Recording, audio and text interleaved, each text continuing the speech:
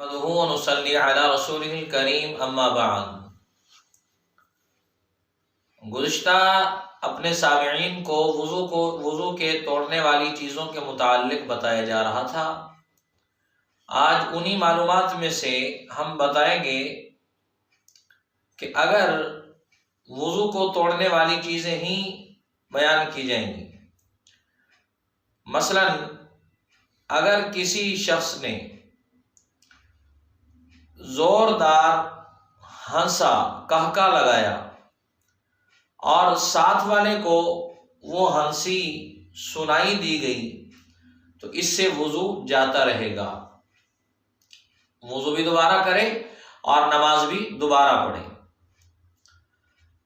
اسی طرح اس بات سے بھی وضو ٹوٹ جائے گا کہ اگر کوئی آدمی ٹیک لگا کر سو گیا یا کوئی پھٹی لگائی گئی اور اس پھٹی کو اگر سہارے کو ہٹایا جائے تو وہ آدمی نیچے گر جائے، اس سے بھی وضو ٹوٹ جائے گا۔ البتہ اگر بغیر سہارے کے آدمی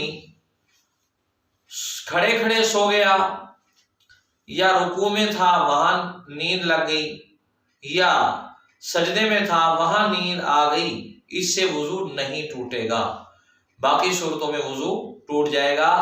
اللہ مجھے اور آپ کو عمل کی توفیق نصیب فرمائے۔ صدقہ جاریہ کی نیت سے ہماری ان ویڈیوز کو آپ شیئر کیا کریں۔ اللہ ہمارا حامی و ناصر۔ الذي نزل الفرقان على عبده ليكون للعالمين نذيرا